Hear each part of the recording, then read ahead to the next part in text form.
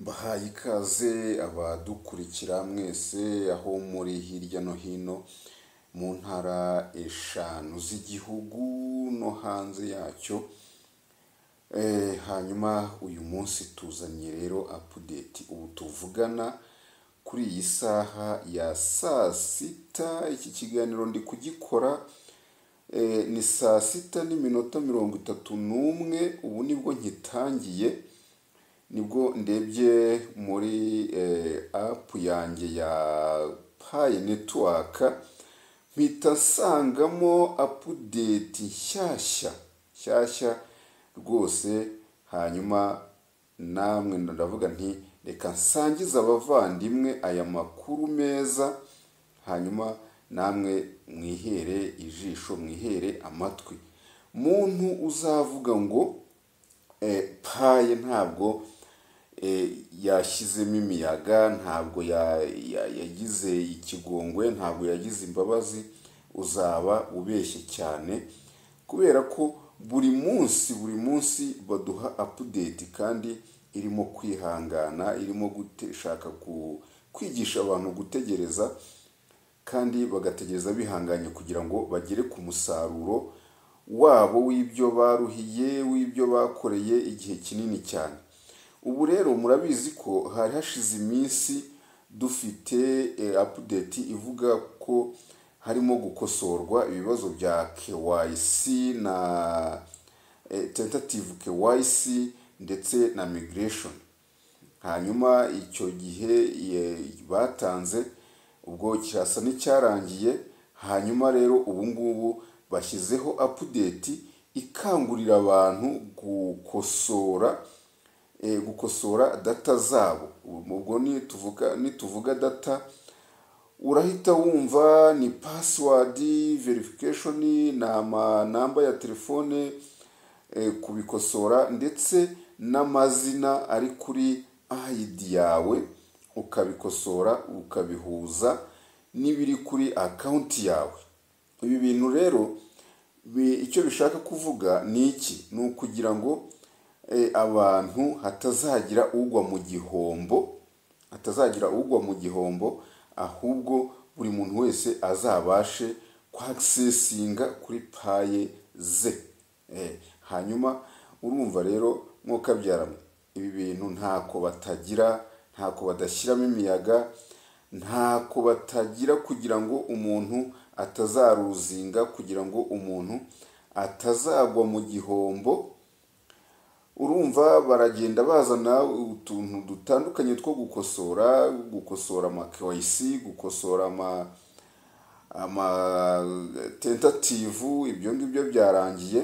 Ubu ni ukuvuga ngo umuntu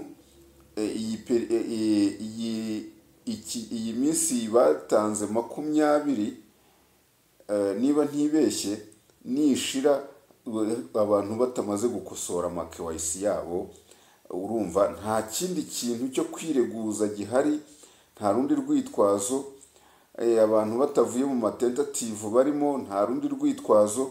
Ubu rero noneho ikigezweho update batanze, nanjye nje kuba updatinga, ni yuko tugomba gukosora ama account yacu, information ziri z'ama account yacu.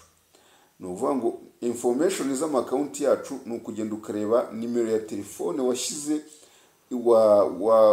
muri account yawe niba ariyo, ukagenda ukareba email yawe niba ariyo, ukareba password yawe niba ariyo, hanyuma ukabikosora. Ibidakosotse ukabikosora,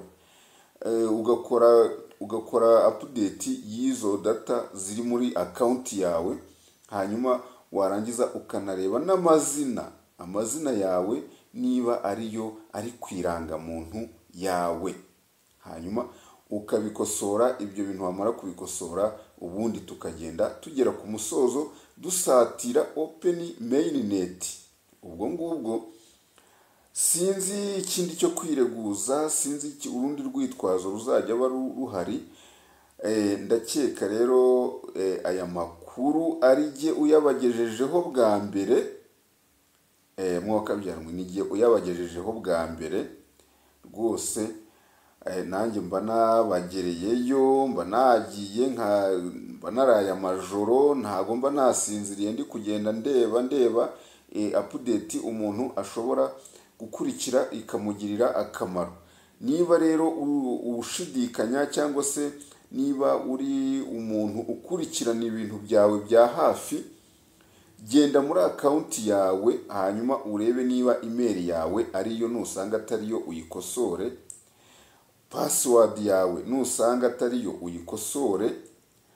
Nimero ya telefone yawe nusanga atariyo uyikosore. Hanyuma n'amazina yawe nusanga bidahura ubikosore. Ayo mahirwe yatanzwe yo kugira ngo ibyo bintu bikosoke. Uragenda rero muri Pi yawe, ufungure Pi app yawe, hanyuma ugende ujye muri mu ma update unyuze muri profile. Ubwo ndimo ndabarangira ahantu muri bunyure mujya kubikura, unyure muri profile hanyuma ugende winjire muri profile yawe ukosore profile yawe. Uragenda urafungura Pi yawe cyangwa se Pi browser yawe, hanyuma ugende ujye muri profile yawe, hanyuma nurangiza ugende urebe ahantu ugomba kugenda ukosora ibyo bintu birimo byose. Hanyuma ubundi usigare uri mu mudendezo, usigare uri mu mutekano, usigare wumva rwose nta kibazo ufite. Ubwo rero murumva abantu bari bafite ubwoba bavuga bati nyamuneka California hari gushya, California hari gushya, Los Angeles harahiye, Pi zacu zahiriye, mwese bimeze bite? Bariya abagabo bazi ubwenge kandi bafite ibikoresho kandi bafite ikoranabuhanga, bafite tekinoloji ihagije. Ntabwo rero bashobora kwemera ko Pi zanyu cyangwa se Pi zabo cyangwa se Pi zacu zishobora guhiramo. Hanyuma buriya baba bafite ukundi kuntu nabo baba babikurikirana. Ntazagira umuntu ugira ubwoba avuga ati bizaduta mu gihombo. Wowe kora ibyo usabwa gukora, kosora, kurikirana, shyira ibintu ku murongo, updatinga, ubundi dutegereze ifirimbi ya nyuma. Ntabwo ari kera cyane, n'ejo bundi. Ubu ngubu ni ukugira ngo badutegure mu mutwe, badutegure mu bitekerezo, badutegure twakire igikorwa kigiye kuba, hanyuma ubundi ibintu byose bizabe bisanga ibintu bimeze neza, nta muntu ufite ikibazo, nta muntu ufite urwitwazo, nta muntu ufite ingingimira. Niba utarabasha kureba muri dashboard yawe ariko ukaba uri bwumve kino kiganiro, ndagukangurira guhita wihuta cyane ukajya kubikosora. Ni iminsi mike cyane batanze, ntabwo ari ibintu bizatinda, kuko bakeka ko ibyo bintu bishobora kuba bitazafata umwanya munini kugira ngo abantu babe bamaze gukosora izo data zabo. Ubwo ngubwo rero nawe ndakurabuye, nyaruka ugire vuba rwose ubikosore kugira ngo ejo utazaba uri kuririra mu myotsi, uri kuvuga ngo kuki bataduhaye amakuru, kuki batatwapudetinze, ndabizi hari abantu baba bari bize cyane wenda, cyangwa se agafungura app ye agiye kwikorera mining gusa. Ariko ndagusabye wumve kino kiganiro kandi ukirebe kandi ukiteho cyane rwose. Ni icy'ingenzi, ni icy'agaciro. Hanyuma nunabishaka ukande kuri subscribe kandi usangize n'abandi aya makuru meza, hatagira ucikwa n'iki kiganiro. Nyamuneka tuba twihirinze, ntako tutagize, turi kubashakira amakuru, turi kubashakira update nshyashya kugira ngo hatagira umuntu ubirenganiramo. Umuntu akarara akageza izi saha za saa sita atarasinzira, atararyama, aguma kugenda areba ni iki kijya mbere, ni iki kigezweho, noneho ni iki cyo gukora. Ubu rero nanjye ndababwiye ngo icyo gukora kigezweho ubu ngubu ni ugukosora izo data. Mureke tuzikosore, hanyuma twihute tugere ku musaruro wacu, tugere ku byacu dufite, tubibika neza, tubibungabunga kugira ngo bibashe kutugirira akamaro. Ngayo rero, ngayo nguko ibiganiro byacu rero hano ni kuri Rukumbi TV. Nakagaruka, wowe kora ibyo ugomba gukora, ubundi ibindi babirimo kandi bizagenda neza rwose, ndabibijeje ntimugire ikibazo.